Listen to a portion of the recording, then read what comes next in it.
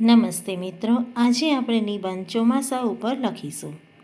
પણ આ પહેલાં જો ચેનલ સબસ્ક્રાઈબ ન કરી હોય તો મારી ચેનલને સબસ્ક્રાઈબ કરી આપો. તો ચાલો લખીએ નિબંધ ચોમાસું.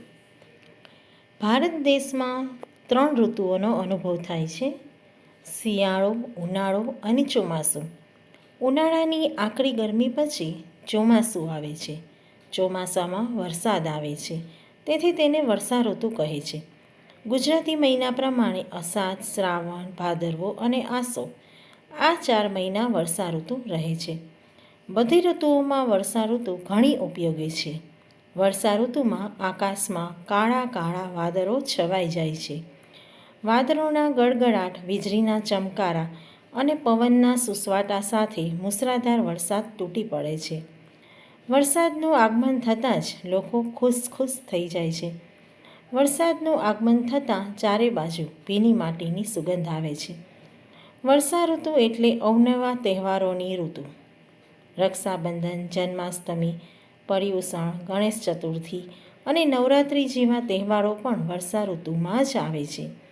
આ બધા તહેવારો લોકો આનંદ અને ઉલ્લાસથી ઉજવે છે.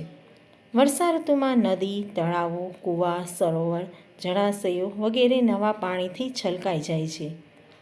ક્યારેક વધારે વરસાદ પડવાથી અતિવૃષ્ટિ જેવી સ્થિતિ સર્જાય છે. અતિવૃષ્ટિ થાય ત્યારે ઘણું નુકસાન થાય છે. અતિવૃષ્ટિથી નદી, નાળા, જળાશયોના પાણીમાં ગામડાઓ ડૂબી જાય છે કે છલકાઈ જાય છે. મકાનો પડી જાય છે.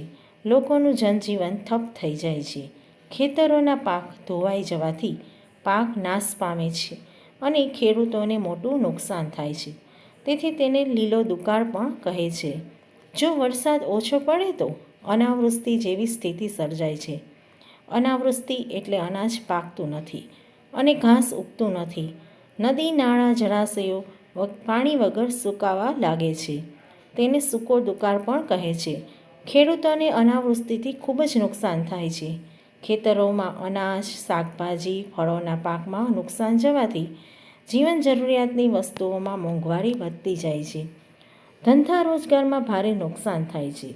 આમ અતિવૃષ્ટિ કે અનાવૃષ્ટિ થાય તો જ જનજીવન છિન્ન ભિન્ન થઈ જાય છે.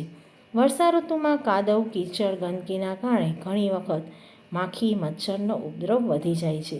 તેના કારણે મેલેરિયા, ડેન્ગ્યુ, મળરોગ જેવા રોગો ફેલાય છે.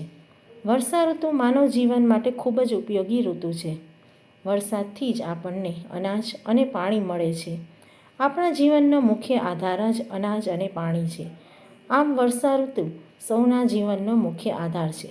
વર્ષા ઋતુને અન્નપૂર્ણા પણ કહે છે અને કવિઓએ વર્ષા ઋતુને ઋતુઓની